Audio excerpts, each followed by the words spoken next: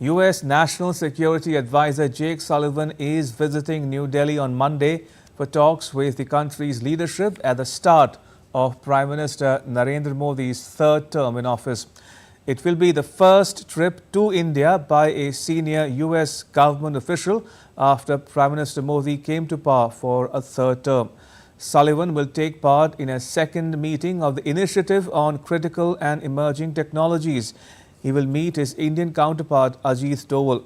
This meeting will be followed by a joint statement between the two nations underscoring the progress made on and the importance of the Initiative on Critical and Emerging Technologies.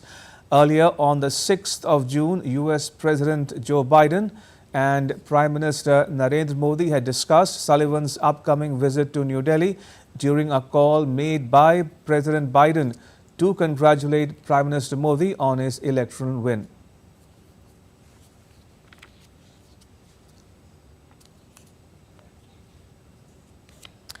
And joining me is a very special guest. Mr. Anil Trigunayat is with us. He's a former Indian ambassador to Jordan, Libya and Malta. Ambassador, welcome to DD India News Hour. Now, I have 4 or 5 fundamental questions to ask of you on this particular visit.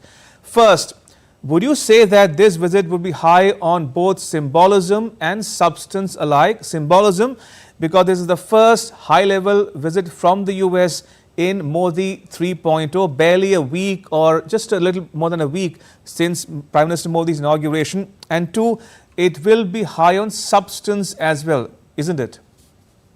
Yes, you are absolutely right. It is a substantive visit, I must say, and it has been planned for some time. It was supposed to be held in February last, but due to, I think, scheduling problems, it did not happen. An ICT initiative is an extremely important initiative for India because critical technologies and emerging technologies are extremely important as the world moves for the techno-diplomacy, I would say, or geo-technological contestation. And so therefore, United States in that sense, with its global comprehensive strategic partnership, is an important partner for us. And they treat India as a special country with regard to the transfer of technologies. And we have seen some of these have already been, much work is being done on these others, whether it was the engine or some others. But what is there, this is also, there happens to be the first visit by a foreign dignitary to India after Prime Minister Modi, NSA, and NSA Mr. Ajit Doval and Dr. Jaishankar have taken over third time. So that is also very significant, which indicates the continuity of India's strong relationship and bilateral partnership with the United States, even though we differ on certain dimensions and certain aspects as far as the global geopolitics and various other issues are concerned, in which Russia-Ukraine war, Israel-Hamas war, those are all very important issues. And India, of course, during these meetings, as we know, he is going to call on the Prime Minister also while having discussions with NSA and EAM.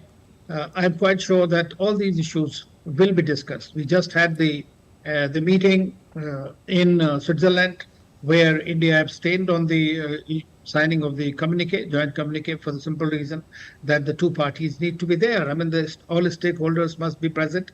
That has been our fundamental position from the very beginning, but it was a good time to understand. And I'm quite sure, since Kurt Campbell is also apparently accompanying him, they will be briefing India on way forward, because USA is also stuck in Israel at the moment in the Israel-Hamas war. It is also trying very hard to get going, things moving. But to what extent can it go and how India and US can work together? As far as Russia-Ukraine partnership is concerned, we have heard our representative was there, Mr. Ambassador Pawan Kapoor, and he had very clearly mentioned India's position that we came here to understand what are the others talking about, at the same time how these can be leveraged for bringing about peace in the region. So these are important. This visit and this meeting is taking place in a very important geopolitical, geostrategic context and the contestations that are taking place around the world. Indeed, thank you for that comprehensive overview, Ambassador Trigunayat. You touched upon a number of issues, including the Initiative on Critical and Emerging Technologies and other regional and global issues. We'll come to that in just a bit. Let's talk a bit, if you will, at some length on the ICET. How would you assess year one of ICET in terms of technology partnership or collaboration areas such as artificial intelligence or semiconductors?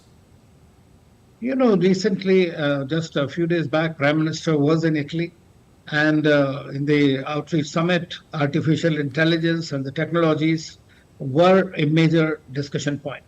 And as you know, that artificial intelligence, quantum technologies, and computing are all going to be the very defining features of the future.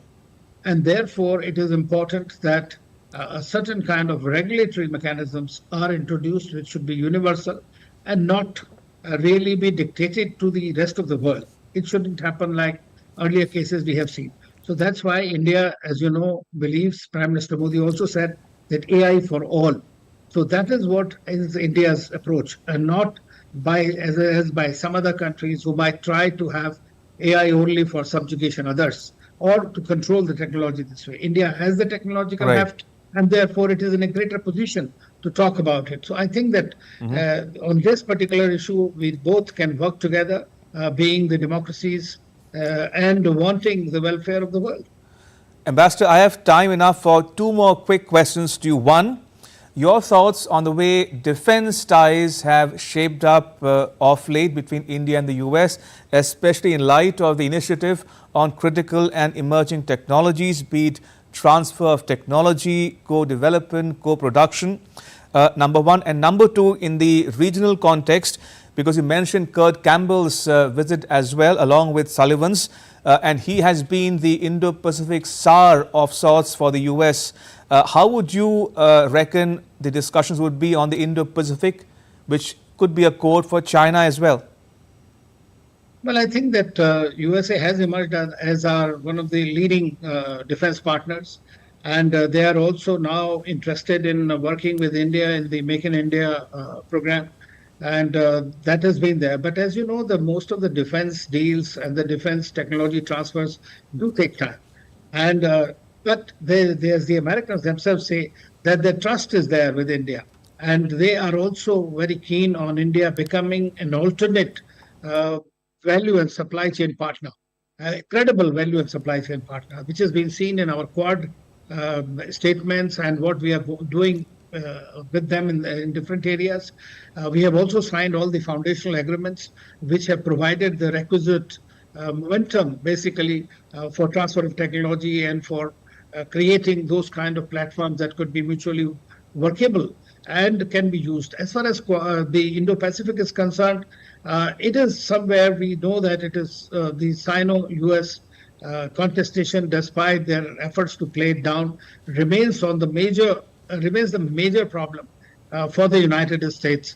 And we have seen it with China, the way it was discussed in the G7 summit recently, and the big focus was there. So although they don't want to play it up into the context of a greater war there, but they are prepared for it. And India is the very major, I would say, the pivot as far as the US's Indo-Pacific strategy is concerned.